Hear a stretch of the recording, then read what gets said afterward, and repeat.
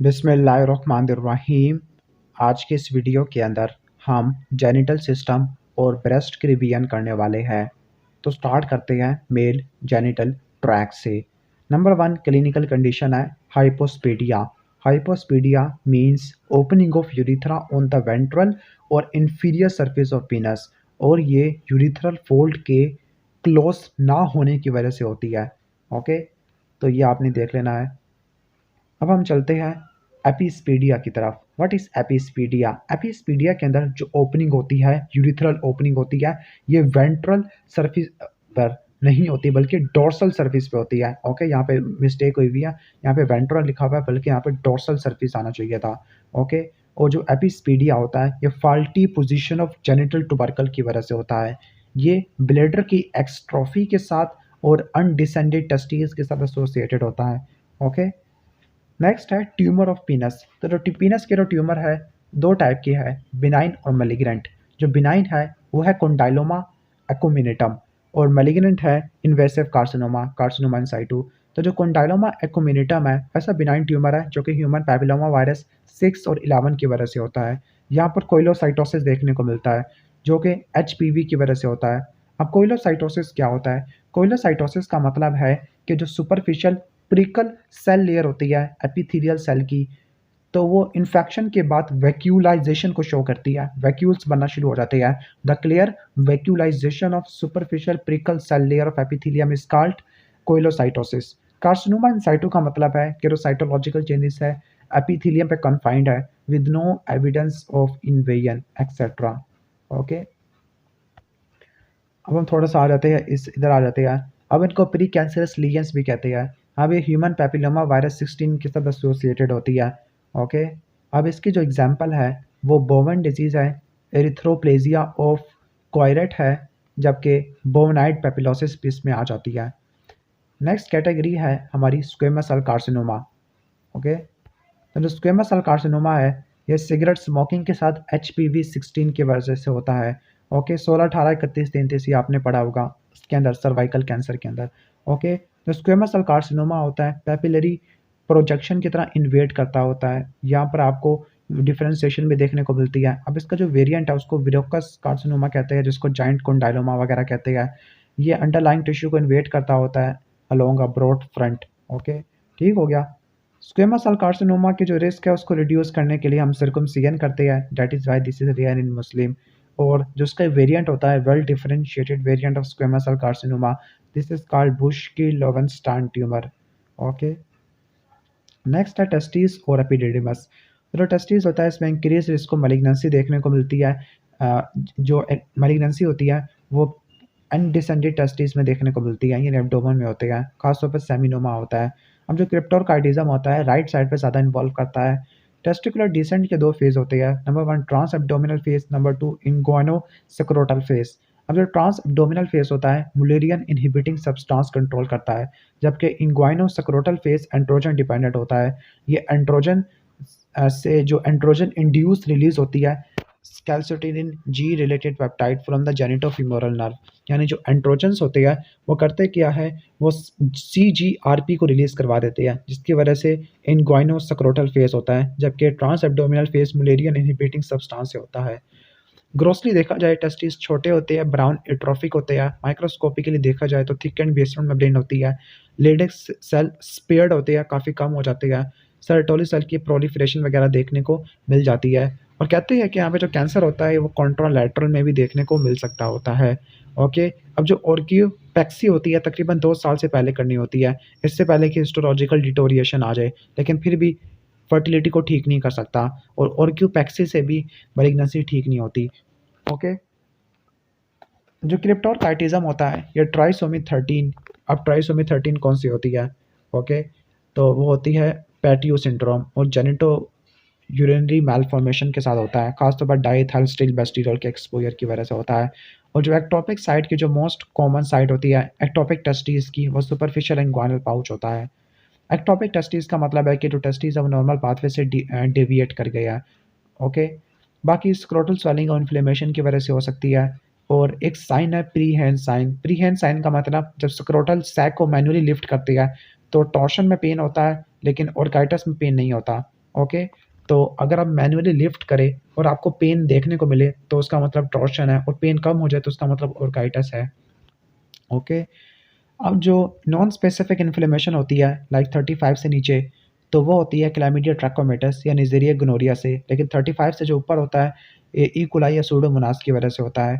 Spermatic cord की twisting की वजह से वीनस ड्रेनेज की और आर्टियल सप्लाई की कट ऑफ हो जाती है। ओके, जिसकी वजह से टॉर्शन हो जाएगा। ओके, तो आगे बेल क्लैपर एब्नॉर्मेलिटी वगैरह लिखी हुई है। और आपने डिफरेंशिएट करना है सिस्ट में और ट्यूमर में, तो ट्रांस इल्यूमिनेशन टेस्ट करती है, जबकि इंग्वाइनो सक्रोटल अल्ट्रासाउंड से डायग्नोसिस को कंफर्म करते हैं। ओके, तो अब हम थोड़ा सा आगे की तरफ चलते हैं। Okay, Sertoli cell only syndrome को हम बोलते हैं डेल सिस्टोलो सिंड्रोम। इसमें सेमिनोफिलस ट्यूब्यूल में सिर्फ सर्टोली सेल हो गए, जर्म सेल नहीं होते, जिसकी वजह से इनफर्टिलिटी हो जाती है। अब टेस्टिस के जो ट्यूमर होते हैं उसको दो में डिवाइड करते हैं, जर्म सेल और non germ cell. Germ cell को दो में डिवाइड करते हैं, सेमिनोमा, नॉन सेमिनोमेटस। जो नॉन सेमिनोमेटस है इसमें स्पर्मेटोसिटिक, यॉर्क सैक, डिसजर्मिनोमा वगैरह। जो सेमिनोमा का काउंटर पार्ट होता है choriocarcinoma, teratoma, embryonal cell carcinoma, ये आ जाती है। जबकि नॉन जर्मिनल के अंदर Leydig cell tumour, Sertoli cell tumour है। जर्म सेल ट्यूमर के अंदर मोस्ट कॉमन है सेमिनोमा। ओके, तो जो यॉर्क सैक ट्यूमर होता है इन्फेंट में और बच्चों में ज़्यादा कॉमन है। सेमिनोमा यंग अडल्ट में और एल्डरली पेशेंट में लिम्फोमा आ जाएगा। टेस्टिकुलर जर्म सेल ट्यूबर होते हैं, ये intra tubular germ cell neoplasia से निकलते हैं, सिवाय स्पर्मेटोसिटिक, सेमिनोमा और टेराटोमा वाले। जो टेस्टिकुलर जर्म सेल्स होते हैं यानी जो ट्यूमर होते हैं intra tubular germ cell neoplasia से निकलेंगे, सिवाय स्पर्मेटोसिटिक, सेमिनोमा और टेराटोमा के। What are the predisposing factor for germ cell tumour? तो जो जर्म सेल ट्यूमर के जो प्री डिस्पोजिंग फैक्टर होते हैं, number 1 cryptorchidism, number 2 testicular dysgenesis. अब इसकी दो वजूहत होती है, number 1 feminisation syndrome, number 2 Klinefelter. Number 3 के अगर फैमिली हिस्ट्री है, number 4 isochromosome of short arm of chromosome number 12। Okay, ये आपको तमाम उसमें देखने को मिलता है, ओवेरियन ट्यूमर में भी देखने को मिलता है। सेमिनोमा कभी भी इन्फेंट में नहीं होता। जर्म सेल ट्यूमर को दो में डिवाइड करते हैं, सेमिनोमेटस और नॉन सेमिनोमेटस वाला। सेमिनोमा में क्लियर सेल्स होते हैं, पॉलीहेड्रल वाला सेल्स होते हैं, यूनिफॉर्म होते हैं, मोनोमॉर्फिक होते हैं, शीट्स होती है, सेपरेट करने वाला फाइब्रस सेप्टा होता है। और सेमिनोमा का जो काउंटर पार्ट है डिसजर्मिनोमा और जर्मिनोमा को पढ़ना है। सेमिनोमा के अंदर बड़े बड़े सेल होते हैं, सेल मेम्ब्रेन और सेलोप्लाज्म डिस्टिंक्ट होता है, क्लियर साइटोप्लाज्म होता है, लार्ज सेंट्रल न्यूक्लियस होता है, ग्लाइकोजन होगा। क्लासिकल सेमिनोमा अल्फा फीटोप्रोटीन को प्रोड्यूस नहीं करते। ओके, HCG 15% सेमिनोमा में होगा, जिनमें सिंसिटियो ट्रोफोब्लास्ट होता है। स्पर्मेटोसिटिक सेमिनोमा ओल्ड डिकेड में होता है, जबकि सेमिनोमा फोर्थ में होता है और इसका प्रोग्नोसिस काफ़ी अच्छा होता है। हिस्टोलॉजिकली देखा जाए तो यहाँ पे ट्यूमर मैच्योर होते हैं, सेकेंडरी स्पर्मेटोसाइट को रिजेंबल करते हैं। स्पर्मेटोसिटिक सेमिनोमा का कोई काउंटर पार्ट नहीं होता। नॉन सेमिनोमेटस के अंदर कोरियोकार्सिनोमा है। कोरियोकार्सिनोमा में साइटोट्रोफोब्लास्ट और सिंसिटियोट्रोफोब्लास्ट है, मोस्ट एग्रेसिव वेरिएंट होते हैं। मलिग्नेंट टेराटोमा है। मलिग्नेंट टेराटोमा में जो टिश्यूज होते हैं, ओके, ये तीनों जर्म लेयर से निकले हुए होते हैं। ओके, उनके स्कैटर्ड इमेच्योर न्यूरल एलिमेंट होते हैं। बच्चों में डिफरेंशिएटेड मैच्योर होते हैं, जबकि बिनाइन होते हैं। पोस्ट प्यूबर्टल वाले में मैलिग्नेंट होते हैं। जो प्योर कोरियोकार्सिनोमा है, मोस्ट एग्रेसिव टेस्टिकुलर ट्यूमर है। यॉर्क सैक ट्यूमर के अंदर अल्फा फीटोप्रोटीन और बीटा सीजी होती है कोरियोकार्सिनोमा के अंदर। एम्ब्रियोनल सेल कार्सिनोमा के अंदर शीट्स होती हैं अनडिफरेंशिएटेड सेल की। ग्लैंडुलर आपको पैटर्न देखने को मिल सकता है। AFP और HCG भी देखने को मिल सकता है। यॉर्क सैक ट्यूमर, जिसको एंडोडर्मल साइनस ट्यूमर कहते हैं या इन्फेंटाइल एम्ब्रियोनल कार्सिनोमा कहते हैं, 3 साल तक में बड़ा कॉमन है। गुड प्रोग्नोसिस है। शुलर डेवल बॉडी या ग्लोमेरुलर स्ट्रक्चर होते हैं और AFP है। जो बायोप्सी है टेस्टिकुलर नियोप्लाज्म की, तो उसकी वजह से ट्यूमर स्पिलेज होने के चांसेस काफ़ी ज़्यादा होते हैं। डेटिस्फाई रेडिकल और कैक्टेमी करते हैं अगर मैलिग्नेंसी के चांसेस है। What are the difference between seminoma and non seminomatous germ cell tumour? तो जो सेमिनोमा होता है रेडियो सेंसिटिव होता है, non seminomatous germ cell tumour radio resistance होते हैं। Seminoma localise to the testis for longer duration, जबकि non seminomatous germ cell tumour है इनकी अर्ली डिससेमिनेशन हो जाती है। यानी जो सेमिनोमा होते हैं 70% स्टेज 1 में होते हैं, जबकि वो स्टेज 2 और 3 में होते हैं। सेमिनोमा मेटास्टाइज करते हैं लिम्फोजीनस रूट से, नॉन सेमिनोमेटस हिमेटोजीनस रूट से करते हैं। सेमिनोमा के अंदर ट्यूनिक एल्बेजूनिया स्पेयर्ड होती है, नॉन सेमिनोमेटस के अंदर ट्यूनिक एल्बेजूनिया ब्रीच हो जाती है। Extra gonadal site of germ cell tumour include mediastinum, retroperitoneum, pineal gland है। अब जर्म सेल ट्यूमर के बारे में कहा जाता है कि पेनलेस इन्लार्जमेंट होती है, लिम्फेटिक स्प्रेड सबके अंदर है, लेकिन आपको देखना है कि ये ज़्यादा कॉमन है सेमिनोमा के अंदर और रेट्रोपेरिटोनियल पैरायोटिक लिम्फ नोड को इन्वॉल्व करता है। हेमाटोजीनस स्प्रेड में ये लंग्स की तरफ चले जाती है। लेडेक के अंदर क्या होता है, लेडेक सेल ट्यूमर के अंदर आपको रेन की क्रिस्टल देखने को मिलती है। Okay, Leydig cell tumour stroma से निकलते हैं, जबकि Sertoli cell tumour sex cord से निकलते हैं। सर्टोली सेल ट्यूमर को आप एंड्रोब्लास्टोमा भी कहते हैं, ये बिनाइन ट्यूमर है। जबकि गुनेडोब्लास्टोमा के अंदर जर्म सेल और गुनेडल स्ट्रोमल एलिमेंट दोनों के अंदर होता है। लिम्फोमा 60 से ओवर में देखने को मिलता है, पुअर प्रोग्नोसिस है, बायलैटरल टेस्टिकुलर ट्यूमर करवा देते हैं। यॉर्क सैक ट्यूमर में glomerulus like structure, primitive glomerulus like structure, Schiller Duval body देखने को मिलती है। नेक्स्ट है प्रोस्टेट। जो प्रोस्टेट है ये ग्लैंड होता है, इसके कुछ जोन्स होते हैं like peripheral, central, periurethral transition zone होता है। ओके, ठीक हो गया। इसमें 2 लेयर्स होती है सेल की, पहला बेसल लेयर होता है, फिर कॉलमनर सिक्रेटरी सेल होता है। ओके, तो जो बीपीएच होता है पेरीयूरेथ्रल ट्रांजिशन जोन से निकलेगा, जबकि कार्सिनोमा पेरिफेरल जोन को इन्वॉल्व करता है। प्रोस्टाइटस के अंदर आपको 15 ल्यूकोसाइट पर हाई पावर फील्ड नजर आने चाहिए, तभी आप उसको वो कहोगे प्रोस्टाइटस। एक्यूट प्रोस्टाइटस में फीवर होता है, डिसयूरिया देखने को मिलता है, ई कुलाई के साथ एसोसिएटेड होता है। ओके, फीवर, चिल्स और डिसयूरिया देखने को मिलेगा, ई कुलाई की वजह से होता है। क्रॉनिक वाला रिकरेंट की वजह से होगा, क्रॉनिक ए बैक्टीरियल प्रोस्टाइटस क्लाइमीडिया यूरियोप्लाज्मा यूरालिटिकम की वजह से होता है। ग्रैनुलोमेटस वाला बीसीजी की वजह से होता है, जो कि सुपरफिशियल बिलेडर कार्सिनोमा के लिए इस्तेमाल होती थी। मेलाकोप्लेकिया ग्रैनुलोमेटस डिजीज है, जिसके अंदर आपको इंट्रासेलुलर लाइसोसोमल डाइजेशन की डिफेक्टिव पाथवे देखने को मिलता है। यानी अगर डिफेक्टिव डाइजेशन हो लाइसोसोमल डाइजेशन बैक्टीरिया की, खासतौर पर ई कुलाई की वजह से हो, तो मेलाकोप्लेकिया हो जाएगा। मेलाकोप्लेकिया के अंदर माइकलिस गेटमैन बॉडी होती है, जिनको कॉन्सेंट्रिक आउट लाइक बॉडी कहते हैं। In short, granulomatous disease due to defective digestion, lysosomal digestion. BPH एक प्री मैलिग्नेंट कंडीशन नहीं है, 5 अल्फा रिडक्टेस इनहिबिटर और alpha 1 A receptor antagonist use करते हैं लाइक टेम्पसेलोसिन और फिनास्टिराइड। नेक्स्ट है बिनाइन प्रोस्टैटिक हाइपरप्लेजिया। अब इसके जो क्लिनिकल सिम्टम है, यूरिनरी फ्रीक्वेंसी बढ़ जाती है, बार बार जाएगा पेशेंट। नोक्टूरिया रात को खास तौर पे होगा, डिफिकल्टी इन स्टार्टिंग और स्टॉपिंग यूरिनेशन, ड्रिबलिंग और डिसयूरिया होगा। हिस्टोलॉजिकली देखा जाए तो जो नोड्यूल्स होते हैं उसमें हाइपरप्लास्टिक स्ट्रोमल सेल होगा और हाइपरप्लास्टिक ग्लैंड्स होते हैं, दोनों का हाइपरप्लेजिया होता है। ग्लैंड्स में दोनों टाइप के सेल होते हैं, लाइक क्यूबाइडल और दूसरा कलमनर, लेकिन कार्सिनोमा के अंदर सिर्फ और सिर्फ सिंगल लेयर होती है, क्यूबाइडल वाला आपने पढ़ना है इंटरवीनिंग स्ट्रोमा के साथ। ओके, तो जो बीएचपी होता है, बीपीएच कह रहा हूँ, बीएचपी लिखा हुआ बिनाइन प्रोस्टैटिक हाइपरप्लेजिया, तो ये एज के साथ और हाई टेस्टोस्टेरोन लेवल की वजह से होता है। असल में टेस्टोस्टेरोन की वजह से डीएचटी प्रोड्यूस होगा विद 5 अल्फा रिडक्टेस, और जो डीएचटी होता है वो प्रोस्टेट की ग्रोथ करवा देगा।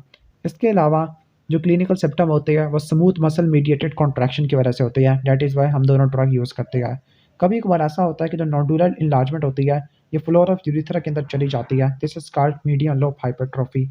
ओके, अब जो प्रोस्टैटिक एडिनोकार्सिनोमा होते हैं मोस्टली ये एसिनार होते हैं, मोस्टली एसिनार एडिनोकार्सिनोमा होते हैं, पेरिफेरल जोन में और पोस्टीरियर लोकेशन में होती है। मोस्ट कॉमन कैंसर है मेल का। ओके, इसके रिस्क फैक्टर के अंदर age, race, dietary factor like fat consumption है, वाइटामिन कम लोगे, ए सेलेनियम कम लोगे, एंड्रोजन और जेनेटिक फैक्टर आ जाते हैं। जेनेटिक फैक्टर के अंदर BRCA2 ट्यूमर सप्रेसर जीन की म्यूटेशन है। इसके अलावा एक टेम्परस है, टेम्परस के साथ ERG या ETV की फ्यूजन हो जाती है, और एपीजेनेटिक अल्टरेशन के अंदर हाइपरमेथाइलेशन ऑफ ग्लूटाथायोन एस ट्रांसफेरेज, ये चीज़ें आना शुरू हो जाती है। ओके, यहाँ पर एक फेशिया होता है, फेशिया ऑफ डिनॉन विलियर्स, ये बैकवर्ड एक्सटेंशन को प्रिवेंट करता है। हिमेटोजीनस सेपरेट इसकी बोन की तरफ जाती है, खासतौर पर लंबर स्पाइन की तरफ जाती है। लिम्फेटिक सेपरेट पहले ऑब्चुरेटल लिम्फ नोड की तरफ जाती है। हिस्टोलॉजिकली एडिनोकार्सिनोमा होती है, small back to back glands होती है, दरमियान में कोई इंटरवीनिंग स्ट्रोमा नहीं होता, या आपको इन्फिल्ट्रेशन देखने को मिलती है। अब आपने ये करना है कि जो बिनाइन और मैलिग्नेंट ग्लैंड में क्या डिफरेंस होता है। बिनाइन के अंदर क्या होता है, बेजल सेल होती है, 2 लेयर्ड होती है, बेजल सेल और कलमनर सेल। लेकिन वहाँ पर आपको जो होते हैं बेजल सेल्स होते हैं वो कैंसर के अंदर नहीं होगा, यानी कैंसर के अंदर सिंगल कलमनर सेल होते हैं। ओके, सिक्रेशन वाला जो मोस्ट प्रोस्टैटिक कैंसर होती है पेरिफेरल निकलते हैं, पोस्टीरियरली निकलते हैं, दैट इज वाई यूरिथ्रा को बहुत लेट इन्वॉल्व करते हैं। ऑस्टियोब्लास्टिक सेकेंडरी काफ़ी कॉमन है। ग्लीसन स्कोर हम यूज़ करते हैं for grading purpose. Okay, grading purpose के लिए इस्तेमाल करते हैं। अब जो प्रोस्टेटिक कार्सिनोमा की ग्रेडिंग को पढ़ लेते हैं, तो जो प्रोस्टेटिक कार्सिनोमा की जो ग्रेडिंग है इसमें जो ग्रेड 1 होता है ये वेल डिफ्रेंशिएटेड होता है। ग्रेड 5 का मतलब ग्लैंडुलर डिफ्रेंशिएशन ही नहीं है। ग्रेड 2, 3, 4 इनके दरमियान में होती है। बहुत सारे ट्यूमर्स ऐसे होते हैं जिनमें एक से ज़्यादा पैटर्न होता है। तो एक से ज़्यादा पैटर्न होगा तो जो प्राइमरी ग्रेड है वो डोमिनेंट को देंगे और जो दूसरा सेकंड डोमिनेंट होगा उसको सेकेंडरी ग्रेड दे देंगे और जो ग्लीसन स्कोर मालूम कर लेंगे by addition of 2 grades. Tumour जिनका एक ही पैटर्न है तो उनके प्राइमरी और सेकेंडरी ग्रेड तकरीबन सेम होते हैं, यानी जो ग्लीसन स्कोर होता है वो प्राइमरी और सेकेंडरी ग्रेड को प्लस करने से होता है। डेट मीन्स कि जो ग्लीसन स्कोर होता है वो डबल कर देंगे। ओके, ठीक हो गया। ग्रेडिंग इंपॉर्टेंट है क्योंकि ग्रेडिंग से आप प्रोग्नोसिस वगैरह करते हैं। मिनिमम ग्लीसन स्कोर 2 और मैक्सिमम 10 होता है। Major role of transrectal ultrasonography, TRUS होता है ट्रांसरेक्टल अल्ट्रासोनोग्राफी, तो उससे हम क्या करते हैं, नीडल बायोप्सी को प्लेस करते हैं ताकि हम ग्लैंड को सैंपल कर सके। ठीक हो गया। सैंपलिंग करने के लिए हम क्या करते हैं, ट्रस यूज़ करते हैं ट्रांसरेक्टल अल्ट्रासोनोग्राफी, जबकि ट्रांसपेरिनियल या ट्रांसरेक्टल बायोप्सी डायग्नोसिस के लिए लेते हैं। पीएसए इसमें लेते हैं। पीएसए ऑर्गन स्पेसिफिक होता है लेकिन ऑर्गन कैंसर स्पेसिफिक नहीं होता क्योंकि ये BPH प्रोस्टेटाइटिस एजैकुलेशन इन्फेक्शन में देखने को मिलता है। प्रोस्टेट स्पेसिफिक एंटीजन, ओके, तो इसकी वैल्यू देखनी है। Prostate specific antigen PSA4 nanogram पर मिलीलीटर, 4 वैल्यूज़ लेनी है। ओके, तो आपने इसकी वैल्यूज़ वगैरह देख लो पहले कि एज के साथ साथ क्या क्या है। 2.5, ओके, ठीक हो गया। यानी जो पेशेंट होते हैं उनमें तकरीबन 4 का होता है लेकिन आपने 10 को रट्टा मारना है। अब PSA डेंसिटी क्या होती है? PSA density is the ratio of serum PSA value and volume of prostate. Okay, normal इसकी अपर लिमिट होती है 0.15 और इसका वो लिखा हुआ है। ओके, अब PSA वेलोसिटी 0.75 नैनोग्राम पर मिलीलीटर पर ईयर है, तो ये कैंसर और बिनाइन लीजन्स को डिफरेंशिएट कर देती है। ओके, तो यहाँ पे आके मेल वाला ख़त्म हो जाता है। इसके बाद फीमेल जेनिटल ट्रैक है। तो पहले एम्ब्रियोलॉजी लिखी हुई है कि जो पेयर्ड जेनिटल डक्ट होते हैं, फीमेल के अंदर वुल्फियन डक्ट होती है। आगे जो मेसोनेफ्रिक डक्ट होती है मेल के अंदर, तो वो वास्ट डिफरेंस बना देती है, लेकिन फीमेल के अंदर मेसोनेफ्रिक डक्ट जिसको वुल्फियन डक्ट कहते हैं, ओके, इसने गार्डनर सिस्ट वगैरह बनानी होती है, इसको भी छोड़ देते हैं। अच्छा, चॉकलेट सिस्ट क्या होती है? चॉकलेट सिस्ट होती है कि जो सिस्टिक एरियाज होते हैं एंडोमेट्रियोसिस के, खासतौर पे ओवरी के अंदर जो सिस्टिक एंडोमेट्रियोसिस होती है जिसमें हेमरेज और ब्लड क्लॉट होता है। Okay, I think mail genital track की इतनी इनफ है, फीमेल को हम नेक्स्ट वीडियो में कवर कर लेंगे।